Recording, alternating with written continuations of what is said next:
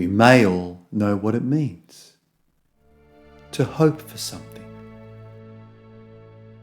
If we though think deeper, the simple sense of what it means to hope can open a wider paradigm to our thoughts. So what if I told you that hope can be more than just something that we could wish for? This video will dissect the act of hoping into a different dimension, as hoping is something that we all do, but also something that is equally prone for its praise and dismissal. From the words of philosopher A.C. Grayling, hope is essential to life. As could you imagine what life would be without hope? As to be without hope is to form an incessant expectation of failure and defeat. Where it is from our hardship that hope builds to sustain an idea of relief, to rescue us when we need it the most. And as hope always applies to the future, Grayling also mentions that hope can be cheaply purchased.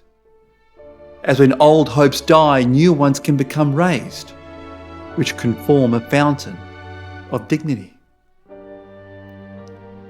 Yet what if we considered hope as also being born from our actions, where our right for happiness comes from our good deeds? Such an insight comes from the philosophy of Immanuel Kant. So as hope is a function of mind, hope is also born from our sense of morality. As if we feel we have acted justly to others, we can then seek hope in a fulfilling manner.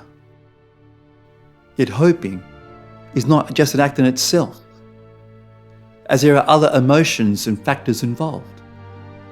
It was Nietzsche who advised that our hopes prolong our torment, and what makes us heroic is when we face our greatest suffering alongside our highest hopes. As while the act of hoping is to furnish our souls with promise and prosperity, hoping is not always easy for our hearts to fathom. And this is because through the act of hoping, we seek to ease our suffering. Hence, one cannot be without the other. So through the minds of these great thinkers, we understand that hope is essential to life, as it provides us the relief and rescue that we desperately need. Hoping is also something that we fulfill when we act morally, as it will harness our worthiness through the hope that we seek. Hoping, though, is paired with our torment, as the act of hoping is not always easy.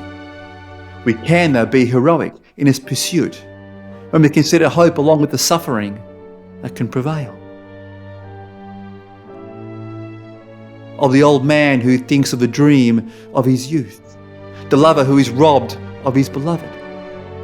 But to bear this immense sum of grief of all kinds, to be able to bear it, to take all upon this soul, the losses, the hopes, conquests and victories, and to comprise this in one feeling, this would furnish a happiness which man has not known.